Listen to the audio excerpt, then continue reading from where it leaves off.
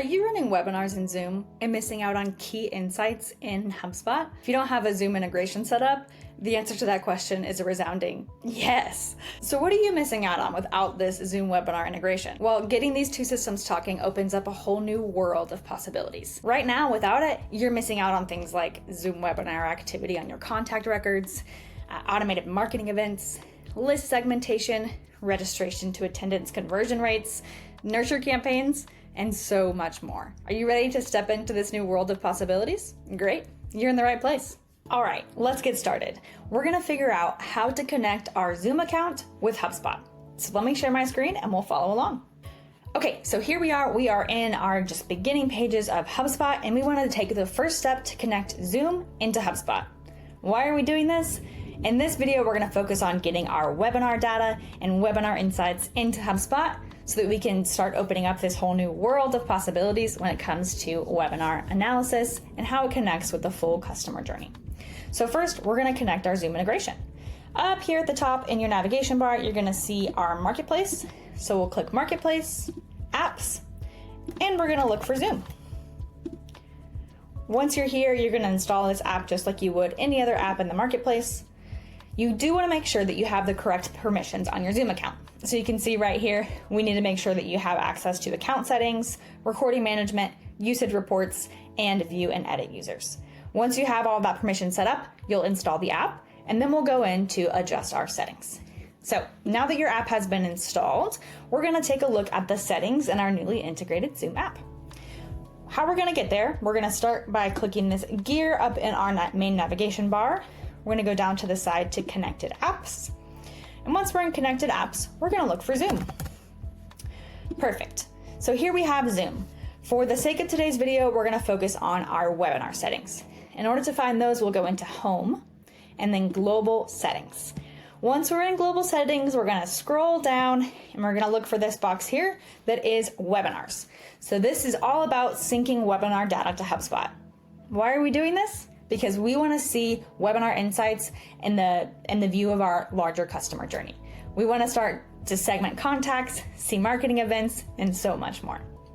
So first thing we have to do is adjust these settings now that we have our two platforms speaking to each other. Here we go.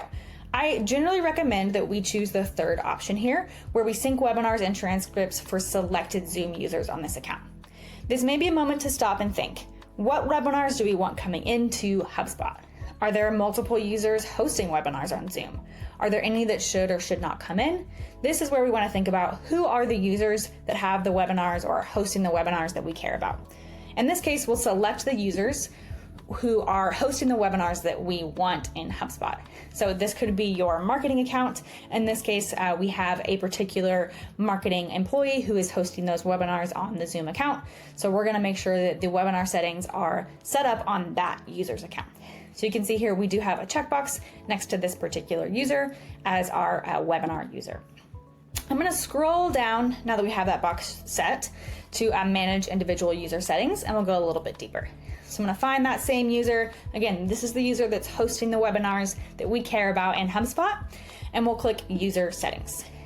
Now that we're in our user settings, we're gonna look particularly at webinar recording and transcripts. We've got two different boxes here.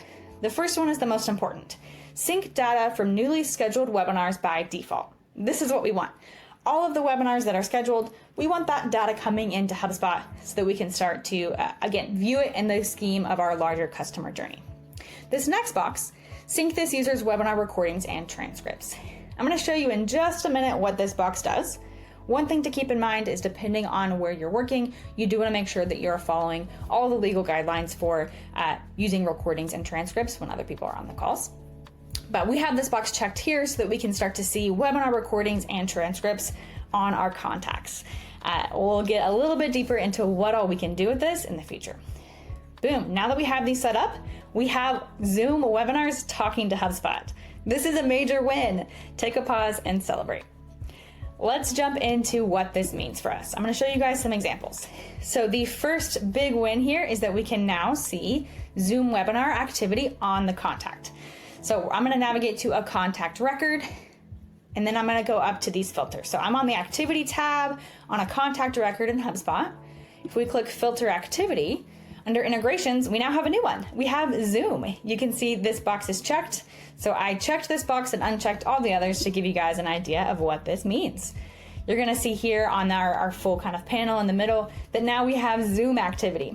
So your sales reps, when they're looking at contacts, they're gonna be able to see which webinars they attended and when.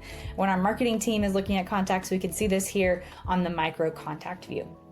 Right off the bat, we see this particular contact registered for our webinar with the name of the webinar and the date the registration happened. We can then see by clicking this next box that they attended that webinar, and we've got some nice attendance data here. So the date, when they joined, when they left, and the total time they viewed our webinar. So this is going to allow us to calculate an average time that they're viewing webinars, which is awesome. And then this last piece here is what I alluded to earlier. This one we have because we checked the box to bring in the recordings and the transcripts. So we can see the date and the recording link. Spoiler alert, with this recording link, you might be able to architect something to send out automated follow-up emails. We love that. So the recordings and transcripts setting will allow this third piece of Zoom activity to come onto your contact record. Isn't that cool? Zoom webinar activity on contacts. Next native part of this integration that I want to show you is marketing events, automated marketing events. Marketing events can be a little tricky to find if you've never used them before. So let me show you where they are. There are now two ways that we can find them. If we're here in our contacts view, we can click the little caret next to contacts and you can scroll down and see marketing events. Or in our new sidebar navigation, you can go to marketing and events. This is going to open up a view of all of our marketing events. Here I have a Zoom marketing event opened up. So this example is really exciting. You can see over here on the side that this was hosted by Zoom, and we've got a nice overview of our numbers, right? We can see the number of registrants, the number of cancellations, and the number of attendees. Right off the bat, you can see this is going to give us the building blocks we need to calculate conversion rates. This is a really big one. You know why? Because it didn't require any extra clicks. No exporting and importing from Zoom, no manipulating that Zoom data to get it into a marketing event. This happened automatically. You didn't have to do anything. Now you have a marketing event to represent your Zoom webinar. We've got our title, our description, and some other data that came in as well. The most exciting for me is this overview here of the registration versus attended. So now what do we do with this? A really cool thing that we can do with marketing events is to put them into campaigns. If you're a marketer, you've probably been asked the question, how are these webinars actually affecting our bottom line? Are these webinars actually influencing revenue? Well, in order to give us some proof that our marketing activities are actually working, we need to set up campaign attribution. If you want a whole new video on how to set up attribution for webinars in particular, leave me a comment. But let me just give you a little bit of a spoiler as we jump in. So you can see right here on this overview, right in the bottom, we're gonna see associated campaigns. This is HubSpot reminding you, hey, put this marketing event into a campaign. We want it there. For those of you that don't know, campaigns are set up under marketing and campaigns. We can set up campaigns as a home for where to house assets. For webinars in particular, we do want to make sure that the marketing event is added as an asset. So here we're looking at just one example, but we'll click Add Assets, and under Marketing Events, you'll be able to search for the title of your event, click the checkbox next to it and save, and it's going to look like this. You'll have your marketing event as an asset in your webinar campaign. Now, what does that mean? That means that anybody who interacts with this event, they're going to be influenced by this campaign.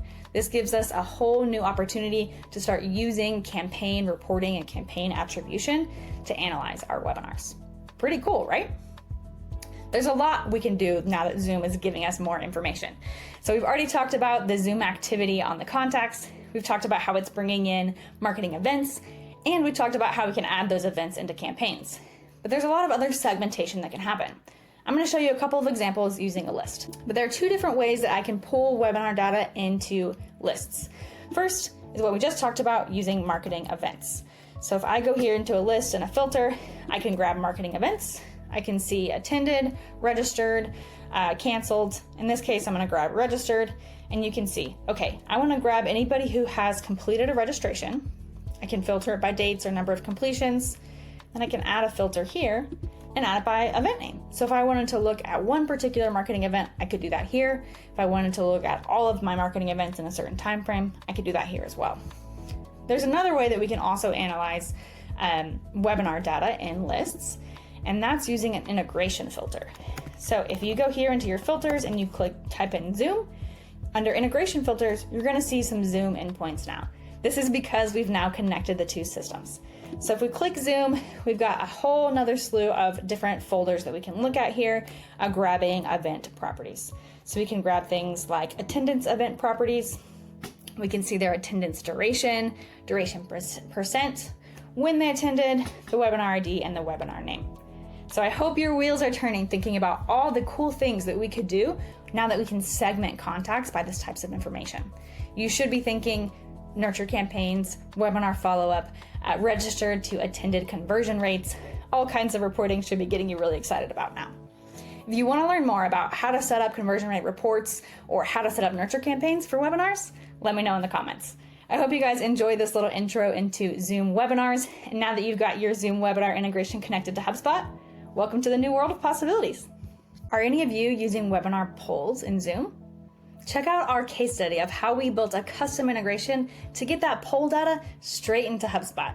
It may be a little bit more complicated than what we just talked about, but there are definitely ways to do it. Check it out.